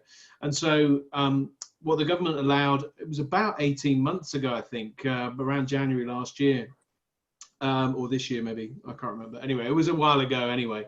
They allowed manufacturers to register trucks, vans up to 4.25 gross vehicle weight to give them additional payload. Now there is a couple of additional restrictions. Dave Petts, thanks for the question, Dave, mentions that there's no CPC training required, but there is 5 hours of training required, just as a sort of a token gesture to giving people a view. And also there's an annual MOT required in the same way that any truck or any vehicle over 3.5 ton would normally have. But so those are the only two stipulations. Manufacturers can take advantage. Very few have, to be fair. Mercedes have yet to do it. Fiat might do it. Maxus are doing it. Renault haven't yet done it on the 3.5 ton, but I'm sure they will. So yeah, some manufacturers are taking the opportunity, some aren't, but it is available to manufacturers to increase the payload of the vehicle. Paul, hands in the air for this one. Paul Green has asked, is HVO fuel likely to delay manufacturers bringing EV trucks to market? Can I just ask what HVO stands for first? Because it's been used a lot and I don't know what it stands for. Acronym police. Acronym police. Whoop, whoop. I was rather Acronyms are banned. All right, yeah. Okay, so what's HVO fuel then? Let's understand that. Tim, anybody? Heavy vehicle oil, but it's just, it's great, but it's expensive. And I think Bob he alluded to it earlier on, is first of all, from the manufacturer's point of view, it's nothing to do with them, and they've still got to go through the 20. What is it? Heavy vehicle, it's an additive, a fuel, it's diesel. What does it stand for, HVO? Go on, Bob. Well, the H stands for various different things, depend who you ask for. There is no official definition of it, but hydrogenized, hydrogen-treated vegetable oil is basically synthetic diesel made in a lab rather than made out of dinosaurs. Yeah. And it's not a zero CO2 fuel, it's a net almost zero CO2 fuel. Yeah, as Paul Green's just said in the questions, it's basically greener diesel. The emissions from the truck are the same. Chemically, it's the same. I think every major OEM has said that their trucks are fine to run on it with no significant changes or any changes in most cases. I know certainly ours do. And it's just a drop-in solution, and you can drop in and drop out of it. If you've got a tank fit at your depot, you can use it instead of diesel. If you run out on the road and you need to fill up at a normal petrol station, fill up there, no issue, mix them together. The truck doesn't know it's any different. The problem is it's not a inherently lower emission fuel. It's only lower because it comes from a renewable feedstock. So what it sounds like is there's a lot of companies doing it. Sarah Wixie's mentioned, McDonald's, somebody else has mentioned, Nestle. So it does sound like it's something. So I mean, the question to the experts is, does it reduce the CO2 emissions? Yes. Yeah. So it's not a bad thing. Not from the tailpipe. No. Okay. And do we think that it will delay the electric vehicles coming on? No, because it's of no benefit. Does it reduce NOx in particular matter? No. No. Okay. No, yeah. It's a great fuel, and all the manufacturers have been promoting it. Bob's been involved in it. DAF, everybody's been, as an industry, we want them to do it, but it's not a delaying tactic. And I think, it's slightly expensive. It's from an operational point of view, it's like Bob said. If you happen to have a bunkering, or you get that fine, you can get the volume there to make it the right choice. But more importantly, it's not a delaying fuel, and certainly, from electric to hydrogen, it's There's two main issues with it. One is that the government have said it's not an acceptable solution because there's only so much feedstock available. The liquid fuels like that you're going to need for aviation and other industries where you can't use batteries at the moment. So in essence, you're not allowed that for road transport. We need it for aviation. And the other issue is there will be road transport areas where you can't sensibly run an electric or a zero emission or a hydrogen fuel cell vehicle. In many cases, if you think of something, I know we're talking about this being heavy compared to your normal chats. To us, this is normal, and heavy is moving power station transformers, which you'll need to do the infrastructure work at 250 tons and heavier. Yeah. Those sorts of vehicles aren't electric. And because there's so few of them and they're so specialized and the amount of energy they use is incredible compared to a normal truck, those are the sort of vehicles I can see remaining on a combustion fuel for quite a significant amount of time. And that's what you can take the carbon out of that by using a fuel like this in a small quantity compared to the rest of the marketplace. But it's not for mainstream everybody. The production capacity isn't there. Correct. It's a market. It's a specific market. There's some operators where it would suit, but as a general whole thing, then it's not a be all and end all solution. It's a nice idea, and the principles are good in certain areas, in certain operations. But certainly, it's not a delay tactic, that's for sure. Okay, so it's now time, John. I've just got one personal question, not from the box, but just me. Go on, John. As it's you. There's nobody listening, so this is just between us. Do drivers and operators really want electric low-emission vehicles, or do they just not really give a stuff? They're quite happy where they are. So I have no idea. Good question. Yeah. Thank you very much. Yeah, go on. I'll have a go at this. I think a huge part of the industry really does care. And the bigger companies, the blue chip companies, the ones with a reputation, the ones whose names are on the side of the trucks, they do care, and they can see this is the way the world's going, and it gives them a competitive advantage if they're doing it and other people aren't. I think as well, though, you've got a lot of people that are just about surviving on the breadline, just about keeping the business going, and what they really want is to get through to next month without going bankrupt. Yeah. And they're not bothered about this, and it's just a hassle. It's interesting, a lot of the views about this industry are based on those who make the most noise, if you like, and those who make the most noise are in these sorts of forums, talk to government, talk to all sorts of people, are the bigger companies with the clout. And so effectively they get their way. The owner-driver who just about affords to run his truck, who lives in Poland and does what he can to survive, they don't get a say in this. Their voice is never heard, and there are a lot of people like that in the UK as well as across Europe. I'm not trying to say we should all be listening to them and not to the mainstream companies. Okay. But yeah, the bigger companies care because their shareholders care, and the smaller people, it depends on the person as an individual, but there are definitely a lot of people out there who are more concerned with just about surviving than being interested in the future. Yeah, I think just one quick job. With our industry, we're not split into two areas, but we've got logistics and we've got road hauliers, and also then that's a major difference between the two in terms of their attitudes and everything. And like Bob said there, yeah, if you've got your name on the front and you've got the money, there's logistics where maybe also trucks aren't the main income stream, then that's different than if the trucks are the main, where you are, every truck and every mile and every cost saving you can do is important to the bottom line. And they're a massive difference, John. All right, mate. Thank you. Appreciate Yeah. that, Johnny. Thank you. Excellent. And just to add to that, Olivia Lambert put on the chat box, I know many drivers begging for EVs in the truck sector. Some good comments actually made in the chat box. Do have a look at them. I know we spoke about HVO and all that kind of stuff, but there's a chap online at the moment who is not interested in any of those wet fuels. He's interested in charging it with nice hopefully renewable electrons. So Kevin, welcome to the EV Café. Apologies for earlier, I missed you on the amongst the participants. So yeah, over to you.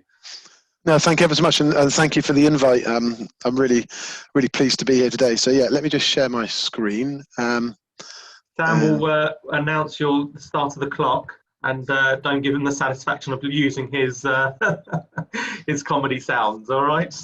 Yeah, no, that's fine. Right, let me know when you're ready, Kevin, and I shall start the clock. No problem.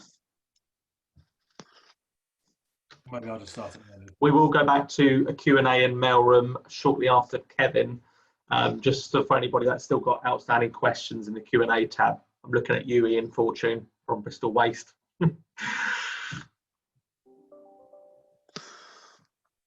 Okay.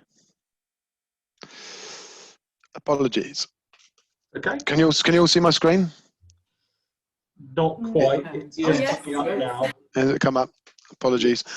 Okay, so Kevin Welstead, I'm the Sector Director for SSE, and we've been focused on not so much trucks. I know this is all about trucks, but we've been involved in heavy vehicles, namely buses, since 2014. And I think what I'm hoping here today is to just dispel some of the myths around electrification for large sites, large fleets, large vehicles. I think just to kind of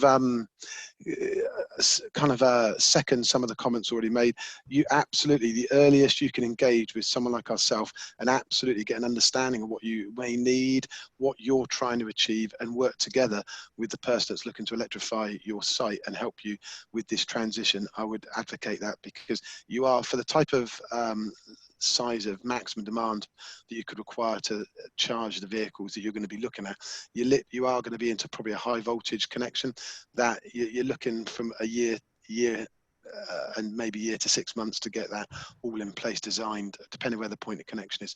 So it is really important to engage, but don't let that put you off, because people like us and other similar businesses out there are here to help you and navigate you through it. So in terms of what we do and what we've achieved, we have done an awful lot of, a lot of projects with the bus depots, but we also work with other large fleets as well, and we're also venturing into the hub market as well. And our hub market, like Sam's, will have the ability to charge large trucks, whether it be a pantograph or opportunity type charging.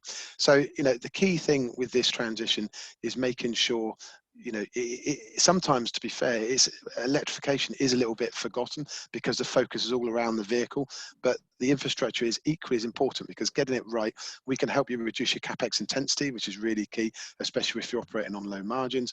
We can offer a funded approach and a fully maintained funded approach, so ultimately take the pain away from the black art, which is electrification, and really give you that peace of mind that you're going to have that resilience. You're always going to have those electrons there.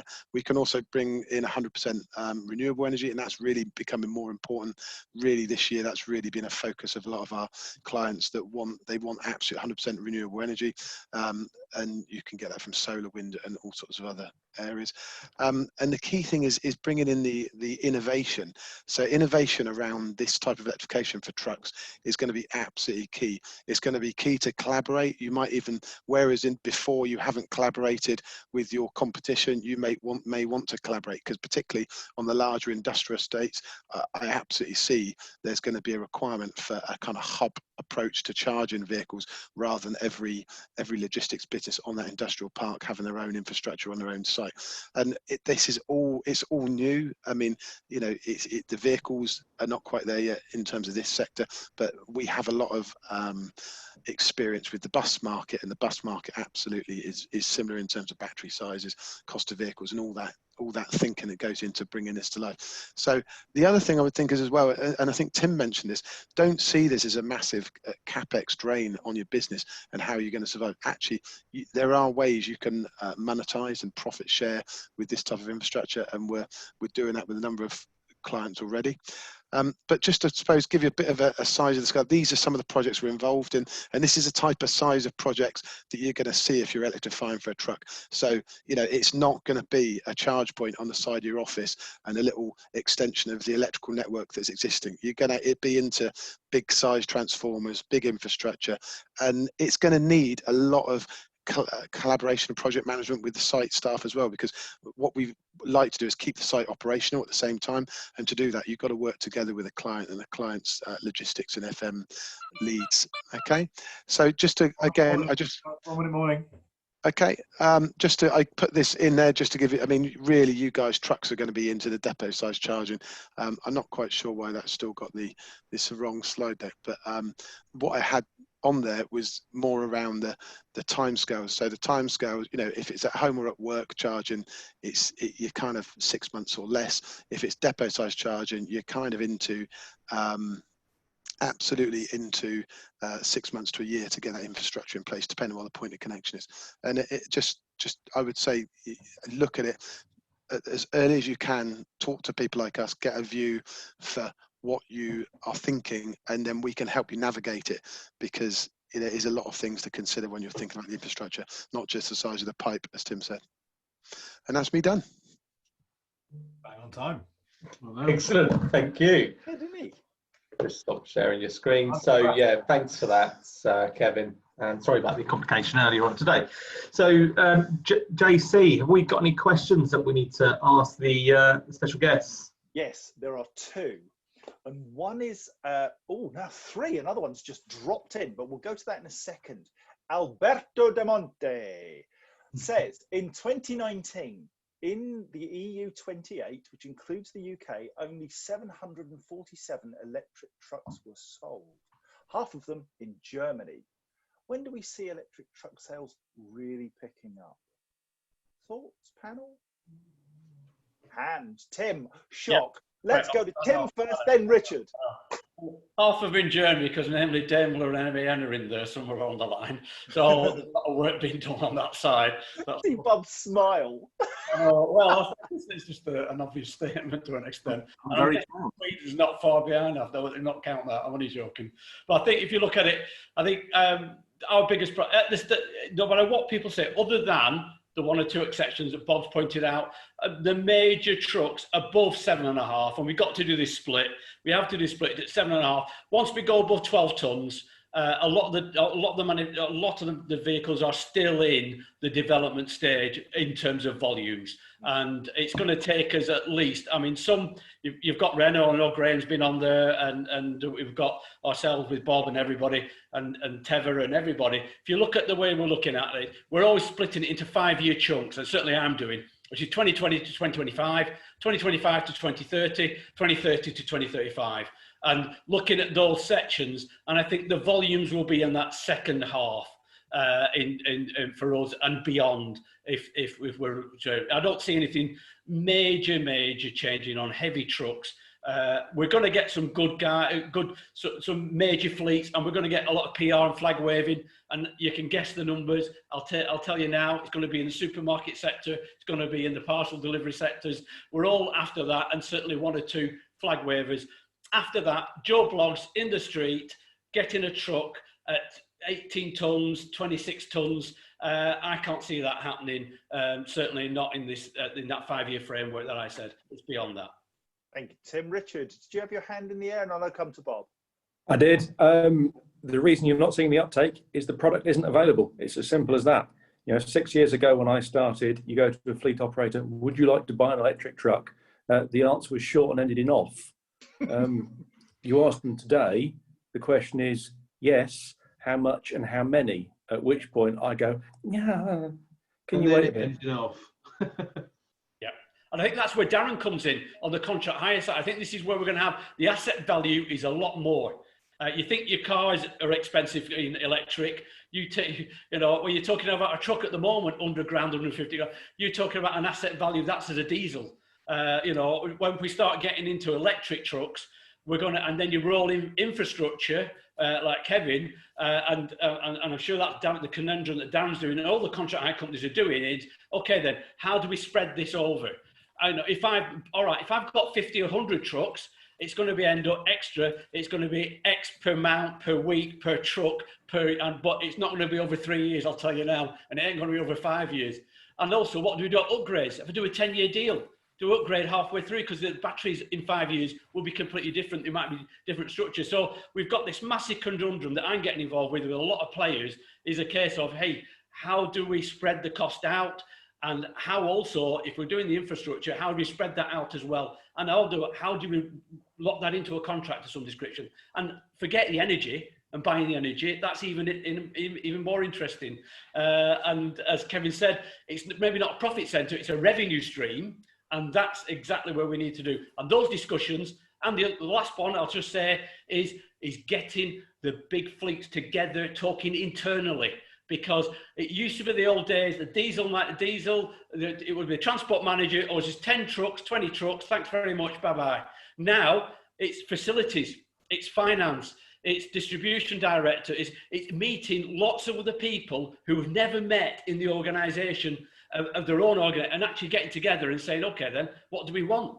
And that's been one of the biggest issues that I find, is getting everybody in the room that actually knows what all the answers to the questions that I'm asking them. Yeah, you're right, Tim. You're absolutely bang on. Bob, I'm going to come to you, and Sam, I'm then coming to you because I think you've got a unique perspective on this. Bob, hit me. When we're talking about how many vehicles are going to be electric and registration numbers, I think the thing that we really need to stop focusing on is the number of vehicles, because it's not like cars. Whether it's a Tesla at one end or a smart car at the other end turning electric, a car is a car. It's roughly one per person. With the truck, there's a massive difference between one electric 7.5 tonner and one electric 40 tonner. Even ignoring the weight, there's a massive difference between a 26 tonner that does urban distribution, maybe does 100 miles a day, and a 26 ton drawbar rig that does 800 kilometers a day. And if the aim is the CO2 saving and the air quality saving, but particularly the CO2 saving, it doesn't matter how many there are, it matters how many there are times by what they carry and how far they go. Yeah. And that's the really important thing. It's not necessarily that we'll end up with thousands of these being registered quickly, but to sweat the asset and actually make money out of them, why don't we have half as many and double shift them? All sorts of things like that need to be taken into account. So you can't measure it on the same metrics that we have for years measured how many of this were there. And that is why it's so important that we do this kind of EV Cafe, because the same is not true of all different markets, and we have to understand each other's worlds, because the reality is we all want to work together for cleaner air, less energy used, for better conditions for the people that are working in these vehicles. And only by collaborating and talking do we ever make the progress that we can make. Sam, GridServe has a unique part to play in providing the energy, the place to charge up. And somebody, David Maidman, has said that oil companies aren't going to take all this lying down, this move to electric. And they're not going to take it lying down because organisations like GridServe are doing something about it and providing competition. Yeah, we're keeping them honest. I think I just got one comment to Tim, though. I agree with 99% of everything you say, Tim. But one thing I will pick you up on is forget the energy. You said I can't stress enough to not forget the energy. It's a bit sarcastic. Yeah. Oh, okay, just checking. Because my point is that you know, in all of this stuff, in terms of trying to economise and understand the total cost of ownership, we've got to make that comparison, not just against the unit value of the vehicle, whether it be a car or a truck, but also the energy and the cost of the energy or the fuel to push that thing along. You know, and that's where we make savings back again with the EV world is that trade-off between that and the high cost of diesel. So yeah, it needs to be, as we said, many of these other forums in the past, we need to really look at the cost and the running cost as a combination.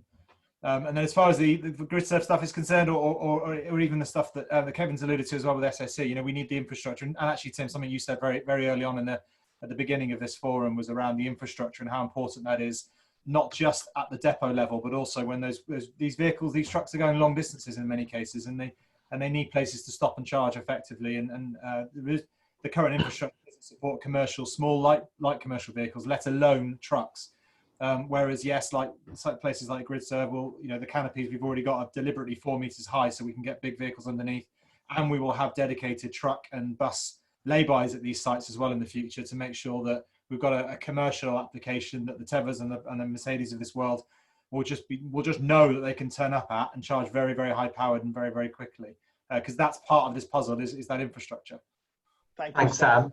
Over to Sarah, but just before we go to Sarah, sorry, John, would you mind just sharing an update in your background just of GridServe, the latest developments, if you don't mind? Sorry, Sarah, over to you. That's what I was going to say. Sam has managed to survive a whole hour without talking about GridServe, so I thought it was a good opportunity to hear more about what they're doing for trucks. Well, and it's also worth saying that there's a question in the in the chat that says, are there any real-world examples of fast chargers for HGVs in the UK, 150 to 300 kilowatt? Over to Sam. Oh, that means I've got to do two things at once, which is try to find the right image and answer the question at the same time, which is just going to end in tears. I can answer the question for you if you want. Oh, then do that, Paul. Go for it. So yes, there are 150 to 350 kilowatt chargers available in the UK, particularly on the site that you can see behind Sam.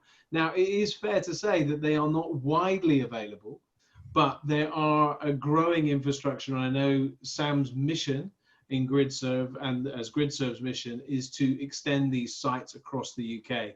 So much like you will see service areas on the motorway, you will see something like this behind Sarah or Sam, and they will be able to charge at upwards of 150 and up to 350 kilowatts. So that's good news. Over to you, I've Sam. heard of megawatt charging. So what's that look like in the future, and what sort of connection is that and stuff? Does anyone have an answer for me? Yeah, well, we're preparing for that sort of level. So yeah, the site behind us, where will be, that was a drone picture that was taken a couple of weeks ago. It's advanced even since then, but we've got 350 kilowatt chargers there already. But we're having where the sort of white boxes are in the background around the fences, where all our transformer, switchgear, and power units are. But there is a lay-by adjacent to that for that sort of level of power, Johnny, in the future. And that's why we're putting a 5 megawatt battery and a 5 megawatt grid connection to be able to support that level of power, so that these trucks of the future will be able to charge 100 miles in 10 minutes, because that's we've got to do it. This is the infrastructure that's required. Yeah, I think we're working. Europe and the US is working together on HPCCV, which is the high-powered commercial vehicle system. At the moment, we're looking 1 to 2 megawatts, and I think that's where we're trying to get together with the US and get that commitment completely, because we've recognised that as an industry. That we need to get that. They have no, like you say, some of the charges that are like that. So certainly there's the standard that they're working to at the moment. And I know that I think I did a presentation in the US about that in March, first week in March, before I came back and lockdown happened. And I think yeah, we're in the 1 to 2 megs of what we're looking at as well. Johnny, sorry, mate. John, sorry. Can I just say, I think it's really important to recognise that it doesn't matter the ability of the charge point if the ability of the vehicle doesn't match it. And so you can have 350 a megawatt or 2 megawatts, but if you can only accept 50, 75, 100, 200, then it will not charge any faster than the vehicle will allow. So word to the OEMs, build in chargers into your vehicles, particularly in trucks, that will accept a charge at the type of sort of ability that we're talking about here. Because certainly in the van world and in the car world, they rock up a 100 kilowatt charger, and actually they can only charge at 30, 40, 50 kilowatts, or a 22 kilowatt and you can only get 7, whatever it is. It's about the ability of the vehicle to match the charge point. Good point, Paul.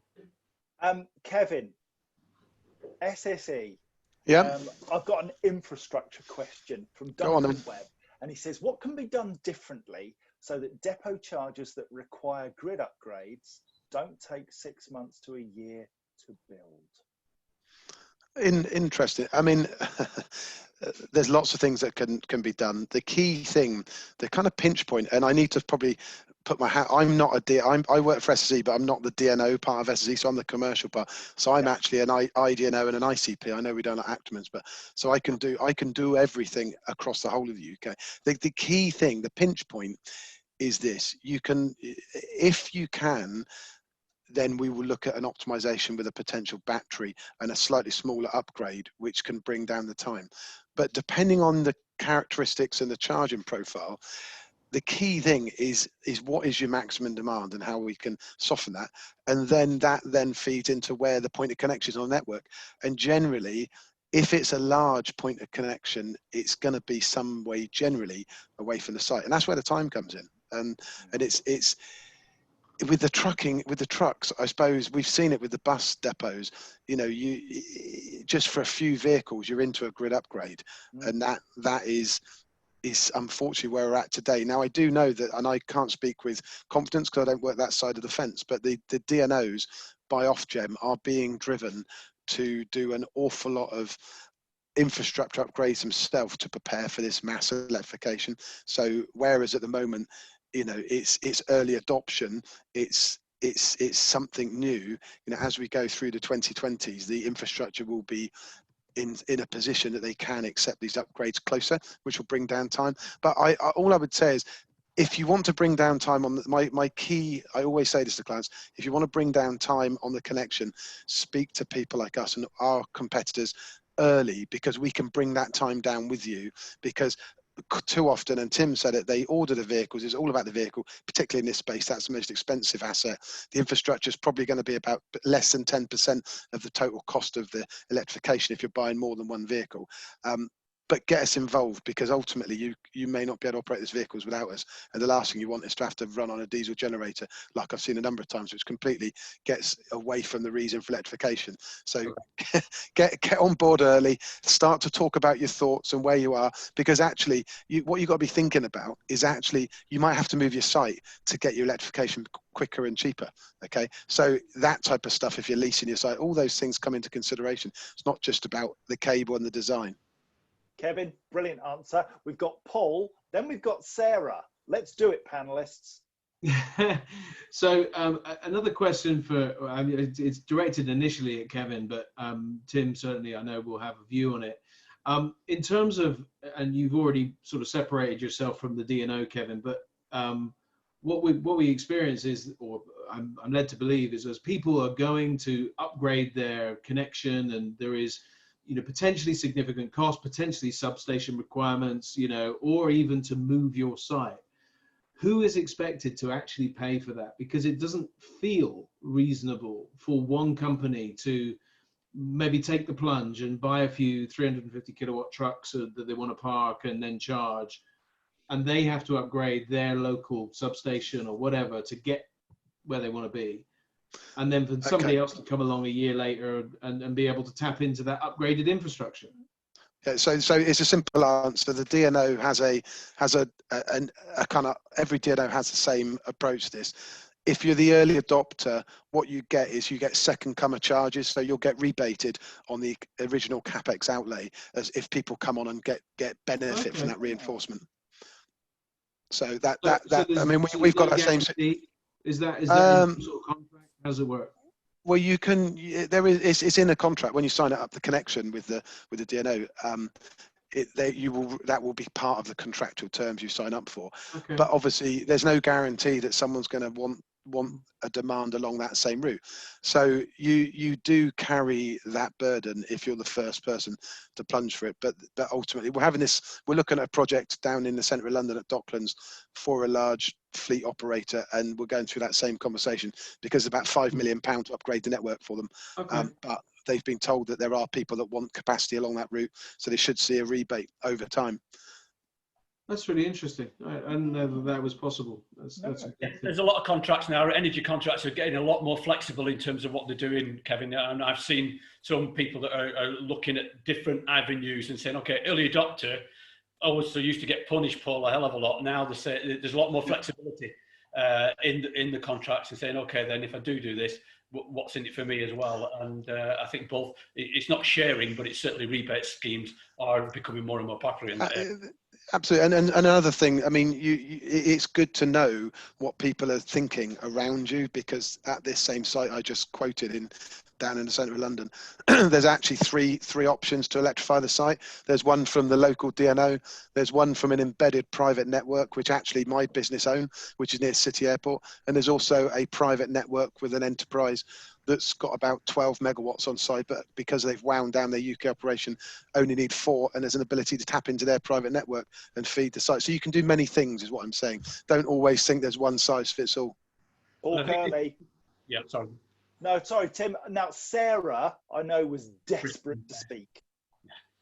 I really am. And all of this just comes back to the wider infrastructure debate for me. We love the trucks, we love the toys, but ultimately, I wonder if we feel government is doing enough for legislation to sort of drive this change to connectivity, because we're thinking again here about huge infrastructural issues, particularly, as you say, if you move the site for a better grid connection, that's great, but that's not going to be possible if you're you're a port where the stuff comes in and you're a truck that needs to go there to get the stuff off, and you're going to need to charge before you go. So I find that quite unfair that the port is required to pay for that entirely themselves. So I just wanted to throw it open to see how everyone felt. Are there any grants available? Not really. And in fact, there's a net zero target of 2050, which most vessels aren't going to be available for the next 4 or 5 years, and they'll need at least 25 years to prove themselves. So already, unless we do something to support the dry side electrification, ports and larger infrastructure, heavy haulage operators are going to miss that 2050 target already. Yeah. So the cost is a huge problem, the legislation is a huge problem, the guidance and the execution of this plan is a huge problem, and OEMs need to be aware of it. I guess, and I don't know this, but I guess that government are finding money incredibly difficult to find. And, you know, we saw yesterday a situation where we've moved from Rishi Sunak saying, we will do whatever it takes, to we will do what we can afford. We'll do what's fair. We'll do what's equitable. And if we're really honest, do you honestly think that government gives a stuff today about what's going on with heavy haulage? They just want to keep it going. They just want to keep supplies getting through. They want to keep things happening. And they haven't got, so they say, the billions of pounds that they will need to subsidise our industry. However, they can find £12 billion for track and trace, just like that. Hot topic. Isn't it about time that we came together as an industry and said, enough is enough? 40,000 people every year die as a result of poor air quality alone. It is time for us to work together to put pressure on government to do better. Thank you, John. That is why I raised it, because ultimately we are a really powerful group, really strong collaboration, and it's our voice that gets heard. The ports situation isn't going to go away. It's been a long debate, but it's just an interesting one that ties in really well with what we care about, which is infrastructure and haulage. So yeah, just keep it in mind with all the conversations you're having. It's going to have to be a private investment CapEx model, because there's no way that, you know, we basically just need loads of grid serves, right, Sam? Absolutely, hundreds of them. I think what it does is it shows the fact that, like Kevin said and Bob said, people are working together now. Like I said, internally working together where they never did. And then you've got people also on industrial estates and areas that have to get together and work together. And Kevin's been involved in that, and lots of other people, you know, people are seeing themselves in isolation. They don't look at the other person down the road who's got another 100 trucks down the road, because a lot of them, they're in the same area. We're in the RDCs, we're in the regional distribution centres, we're all in the same area, and they're looking in isolation. As well as getting internally the people to talk together, we need to start getting the people that are in the area to start to talk together. And that means competitors talking together, because a lot of cases, we have the same parcel company in the same area, have the same supermarket, and that's not natural. But for the greater good, to get the infrastructure right, those are the things that we need to do. And that's a major issue in itself. So Duncan Webb's made a good point, and I just wanted to bring that point to life. It doesn't feel fair that a user, you know, somebody like a supermarket or a parcel company should have to pay for an upgrade to their connection.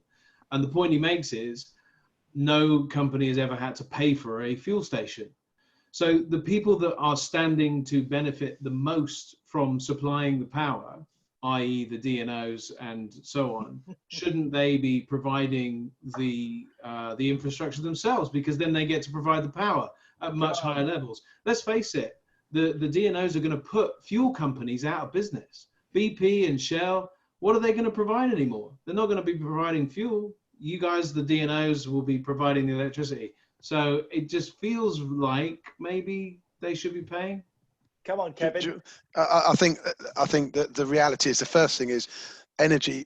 People get confused with energy and power. Okay, energy business is separate. In fact, SSE doesn't have an energy business. We sold it last year to OVO. So the actual energy is something completely different. So I mean, it is a valid point. You know, I suppose you know, it's a difficult one to answer because you need the infrastructure. You've got to have that infrastructure.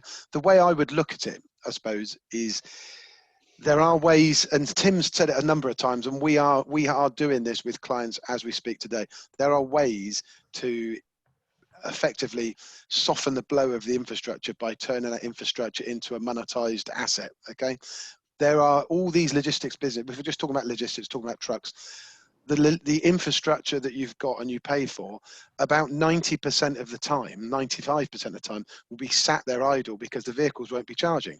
So you can turn your site into a ready-made version of a grid-served charging hub, and charging hubs that we're going to build all over the country as well, because that's what the business needs. So you've got the ability to do that, and that's exactly what we're doing. We've got our first site going live inside an actual live bus depot, where there'll be the ability for fleets to charge between 6 a.m. and 9 a.m. at night inside a bus depot. Never been done before in the UK, if not in Europe. Okay, and that's what we've got to do. It's innovation. It's using the assets for more than one thing, sweating those assets. And if we collaborate, and if bus operators are up for it, I know that we're talking to a number of logistics businesses that are also up for that, because they recognize their sites, they can have multi-users. As long as you can get the security right, you can get comfortable with any of the insurances and how it's going to be operated, it can absolutely help pay for it over a period of time. Okay, and that's what we've got to look at. And I would turn on its head and say, it's the same as ever. We all in this world today, we all expect 5G, we all expect this, Sky TV, internet and everything. Someone's got to pay for that, and someone's got to deliver it. And it's a new technology, and it's an infrastructure that's required. But like I said, we can look at ways to soften that blow, because it doesn't have to be as expensive, and it's less than 10% of the cost of the actual transfer anyway. Sorry, I saw Tim, you had your hand up. One group we haven't talked about are truck dealers. And talking about hubs and the potential for them to become hubs. Look at the truck dealers. They are also will be selling in the next 5, 10 to 15 years. And like Kevin said, the potential to become a hub, if you like, and getting security right and go and have a coffee and doing it. We are going to see a new generation of truck dealers. On cars, I don't know, because I have no interest in cars, but certainly when you look at the truck side, we're going to have megawatt, we're going to have hubs, we're going to have dealers that I'm saying there might not be as many of them, and that's I think as an industry, that's how I see it panning out. But what they will do is also using that as a revenue stream as well. And I think that's the sort of thing that we need to look at, because the truck dealers are going to need the power. They're going to be powering up the vehicles. So they've got an interesting, the car industry's got some interesting stuff, but the truck dealers have even got a more interesting scenario over the next 5 to 15 years. And grappling with that is going to be interesting as well. Thanks for that, Tim. I'm just conscious of the time, so just want to start to wrap things up a bit. It's been another fantastic show today, with some really good expert guests on today. So big thanks to you all and the attendees that have remained on throughout. I certainly have learned a thing or two on trucks, and I think there's a reason to carry on this and maybe revisit trucks in the future, especially to see the progress, because according to John, we've got something like 46 questions from today. So, blimey, it's quite a lot. Who would have thought you'd have so many for truckers? But just in case there are more offline, please do join the EV Café group on LinkedIn so you can ask more questions and keep the discussion going, and to, of course, connect with the experts if they don't mind joining as well.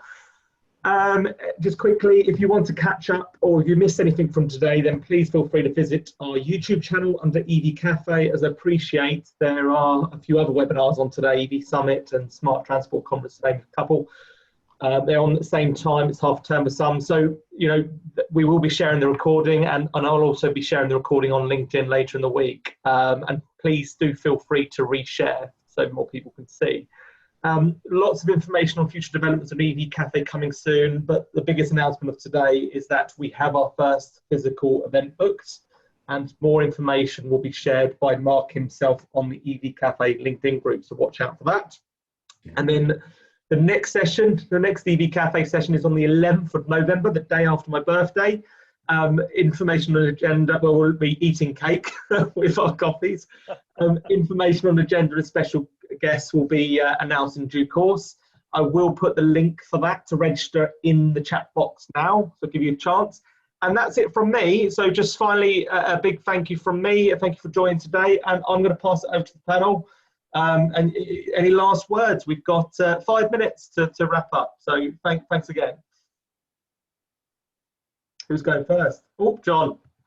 Just wanted to say to all of the people who have come along today and are putting really positive comments in the chat box, thank you. And we genuinely mean that. I had a shitty week last week. I make no bones about it. One of the worst weeks I have had in very, very long time.